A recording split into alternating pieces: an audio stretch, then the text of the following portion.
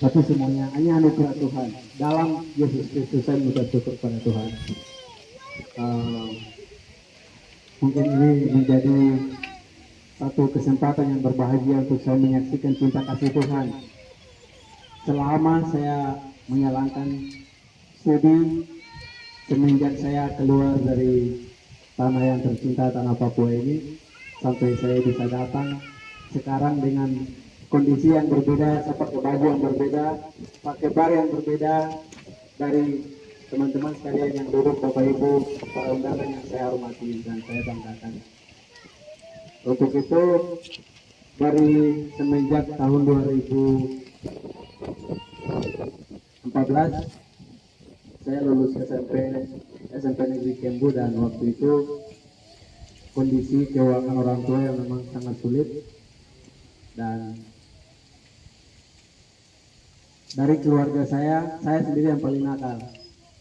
Ada yang kenal kalau sudah pernah hidup sama-sama dengan saya waktu kecil, nakalnya seperti apa, paling tahu saya itu orangnya seperti bagaimana. Makanya keluarga juga kadang bilang, bisa dibilang itu dibenci. Sekarang dibenci tapi sayang begitu. Itu karena Tuhan, jadi saya minta syukur pada Tuhan. Perjalanan yang begitu panjang dari 2014 saya keluar untuk studi, melanjutkan sekolah menengah atas SMA di Manado.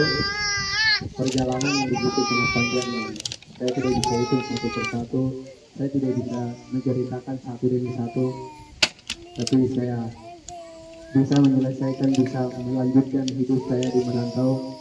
Saya tidak pernah komunikasi sama orang tua selama saya SMA. Saya minta uang, saya lapar, saya tidak pernah. Selama saya SMA itu, hanya saya bisa hidup, hanya bergantung 100% kepada Tuhan. Semua itu Tuhan yang buka jalan buat selama saya SMA, dan saya sangat-sangat mengucap syukur kepada Tuhan. Gitu. 2016 sebelum masuk 2017 itu saya, karena sudah mendekati ujian nasional, pikir untuk melanjutkan kuliah karena kondisi memang keuangan orang tua. Bahkan saya juga pikir kayaknya saya tidak bisa lanjut lagi karena kondisi keuangan orang tua, kondisi keluarga. Saya juga pernah hidup merantau sendiri. Lebih baik saya pulang ke kampung, kawin, dan saya hidup makan dengan orang tua. Itu harapan waktu itu. Tapi di celah-celah yang saya pikirkan itu, rencana Tuhan itu beda dengan yang saya pikirkan begitu. Nah, itu terbukti. Saya masih ingat waktu itu, karena di Manado biasanya saya doa di pastori dengan Bapak Gembala bersama teman-teman tim doa saya di Manado. Hari Jumat malam doa. Kemudian minggu depan itu sudah mulai ada kabar untuk ujian sekolah ya. Kemudian malam hari Jumat yang saya tidur, sebelum tidur itu kan kita doa, terus doa puasa. Begitu saya tidur, saya kaget. Tiba-tiba saya dapat ayat firman Tuhan di situ, Efesus pasal 2 ayat 6 dan 7. Di situ saya dapat kaget, apa yang harus saya buat? Di situ, dan Tuhan, ini kata apa yang Tuhan kasih tahu kepada saya? Begitu. Saya bingung secara manusia, bingung, dan saya tidak mengerti. Karena sudah capek, biasanya doa itu sampai pagi. Malam jam 6 kita start sampai subuh. Biasa sampai itu pagi jam 5. Jadi begitu kita mulai, setelah saya keluar itu kan loyo sekali, harus cari makan, harus kerja lorong. Orang pasti alumni Manado, senior yang pernah kuliah di Manado, pernah injak di Manado, tahu apa itu lorong. Kita putar lorong, minta kerja dan lain sebagainya di sana. Waktu itu hari Sabtu saya lagi kerja, sudah capek, tinggal hidup di daerah di luar, di rumput, karena waktu itu saya dapat kerja untuk kerja kebun di rumput baru. Di waktu yang sama itu Bapak yang saya hormati, Bapak Elius SKMTS, waktu itu baru hubungi saya, dia telepon bahwa dia tanya, kamu jurusannya di mana, sekolah di mana sekarang, SMA kelas berapa, ditanya begitu. Mak kaget karena Saya juga belum tahu orang-orang di sana itu harus hubungi seperti apa, dengan cara seperti bagaimana, saya belum pernah. Dan kaget waktu itu. Puji Tuhan, ditelepon melalui kakak Tidus, disuruh kumpul data-data yang harus saya kumpulkan, dan kaget juga, dibilang kita ada kirim uang tiket, sudah hari Senin kamu sudah mulai bisa berangkat ke Jakarta. Baru naik pesawat lagi, saya pikir naik pesawat Garuda yang begitu spesial luar biasa yang harus naik, tujuannya ke sana. Terus saya tanya lagi, saya ini punya keinginan, cita-citanya masuk jurusan ini, tapi di antara ini Tuhan belum jawab. Saya bilang begitu. Di antara salah satu dari cita-cita kamu kita sediakan. Saya kaget. Disitulah Tuhan, cara Tuhan, karena cita-cita yang Tuhan mau bawa saya ke sana. Akhirnya dibilang kamu jadi masuk di sekolah penerbangan. Apalagi saya ini berangkat baru saya dari kampung, di sana tidak pernah belajar. Pikir makan minumnya itu saja. Makan minum bagaimana, hidup besok bagaimana. Belajar tidak pernah. Apalagi bahasa Inggris. Saya pernah lari dari guru. Pikir saya haruslah, aduh, ini saingan saya berat, saya pikir. Dan singkat cerita begitu, tahun 2016 setelah ujian sekolah, sebelum ujian nasional itu saya sudah di Jakarta. Saya ketemu ada teman-teman saya yang datang di sini, ada Anas, ada Minanggen, dan ada beberapa Yosua. Saya ketemu mereka di sana. Dan kita lanjutkan perjuangan sama-sama, start mulai dari situ. Perjalanan yang berliku-liku begitu panjang, sangat jauh, lelah, tapi hanya Tuhan yang bisa membawa yang jalur yang tidak bisa saya pikirkan, yang tidak pernah saya pikir untuk jadi seperti itu. Saya menjadi seorang pilot, sampai saya mau dapat bar 1 saja itu susah sekali.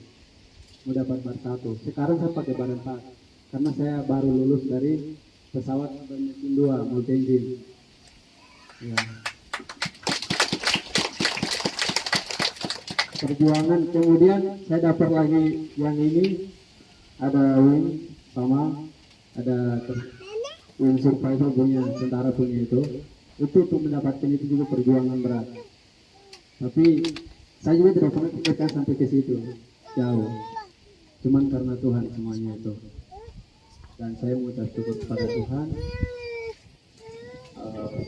Hampir-hampir di pertengahan perjuangan itu saya hampir menyerah untuk pulang. Karena bahasa Inggris ini saya belum lulus. Yang saya kejar adalah namanya Toy. Bahasa Inggrisnya. Itu teman-teman yang seperjuangan itu tahu. Mereka kasih nama saya Toy. Toy, karena saya tidak lulus dan paling terakhir lulus bahasa Inggrisnya. Mereka kasih nama saya Toy. Wea. Namanya diubah jadi bahasa Inggris dan saya kejar ini. Saya kaget. Ini bisa. Kamu jadi nama itu supaya aku bisa tahu dan cepat kejar gitu. Itu motivasi. Oh iya bisa, harus bisa kejar sama seperti mereka juga. Perjuangan begitu panjang. Saya juga pernah curhat sama bapak saya. Saya mau pulang, saya penjurusan beda, di sini sudah tidak bisa. Mentoknya memang di sini saya sudah otak saya pusing.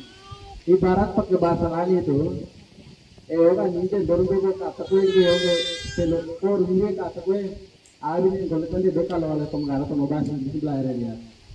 Anjingnya itu sama seperti itu. Tapi bapak bilang, saya belum lepas support kamu untuk biaya. Itu jadi semangat buat saya.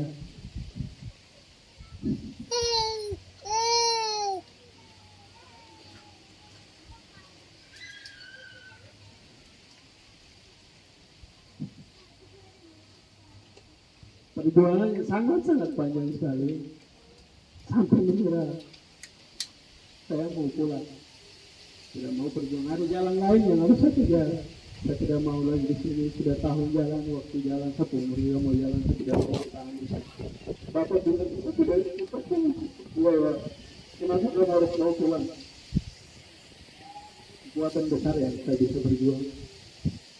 Hanya kalimat itu yang bisa membuat saya untuk sampai saat ini, pakai barang tas, saya bisa berdiri di hadapan pemerintah Provinsi Papua, khususnya Biro BPC Papua. Tidak dapat dari hasil doa Bapak Gembala, pendeta, hamba-hamba Tuhan yang tidak pernah melihat kami ada di mana, kami ada bikin apa, tapi selalu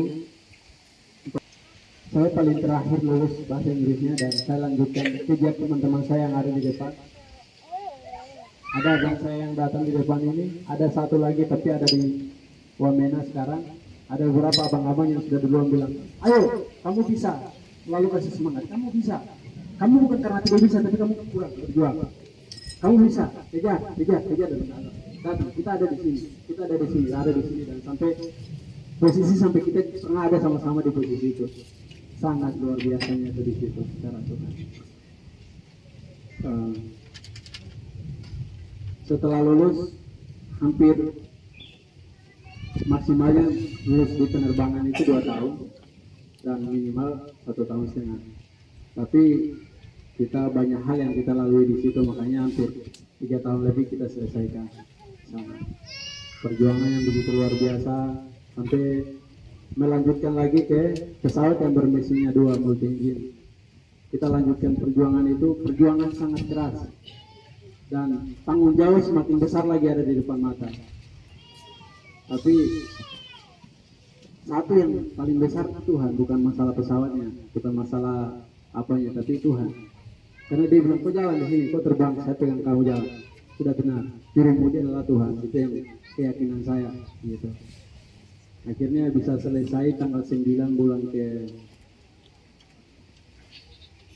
kelima, tanggal 9 saya selesai, dan setelah selesai saya tidak bisa tahan lagi di sana karena sudah rindu bapak saya yang ada di sini.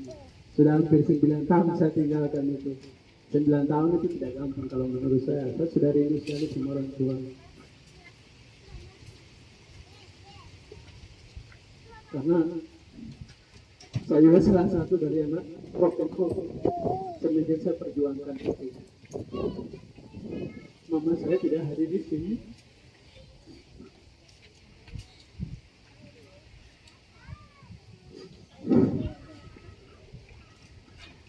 Mama saya tidak bisa menyebutkan sekarang. Tapi saya yakin suatu saat saya bisa ketemu mama saya dengan kondisi yang baik. Karena keyakinan, karena kita sudah bersatu dalam Tuhan.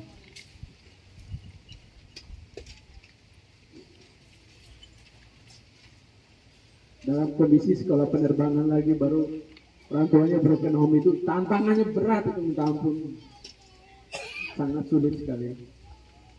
Tapi yang menjadi dukungan yang terbaik sekali adalah doa terbaik dari orang tua, keluarga, bapak-bapak ibu, Bapak Gembala, bapak ibu yang ada di khususnya di gereja Milidik yang selalu jadi doa yang terbaik. Bapak Gembala, Tante Balera, dan Bapak Soleh, Bapak Yetres selalu topang dalam doa, tidak pernah bosan untuk doakan saya. Dan saya datang hampir 2 bulan di sini, tapi